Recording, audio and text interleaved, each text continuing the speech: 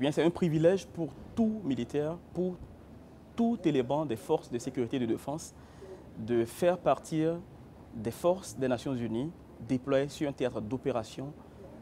Ceci justement parce que vous avez cette chance-là d'apporter votre contribution à la pacification d'un pays, au retour à la paix dans un pays et à la résolution d'une crise dans ce pays-là.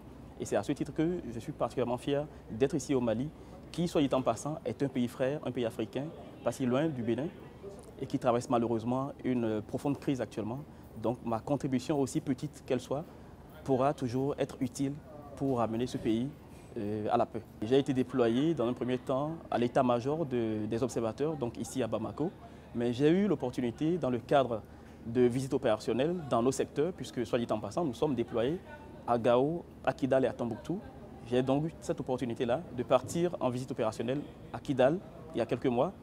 Et ce qui m'a, je dirais, négativement marqué, c'est que le jour même où j'arrivais, il y a eu une attaque du camp de Kidal. Ça a été une journée assez difficile pour tout le monde, puisque les mortiers, les tirs de mortiers, ça pleuvait de partout. Mais on a pu s'en sortir. Et ça m'a d'autant plus marqué que je me dis, on ne devrait pas assister à ce genre de situation, surtout pour une mission des Nations Unies. Une mission des Nations Unies qui est censée apporter la paix, mais qui est attaquée. Je crois que c'est suffisamment grave et les parties au conflit devraient prendre ça en compte sérieusement si tant est que ces parties-là veulent qu'il y ait eu un retour à la paix durable dans ce pays. Mon message, ce sera un message de paix, une exhortation au consensus.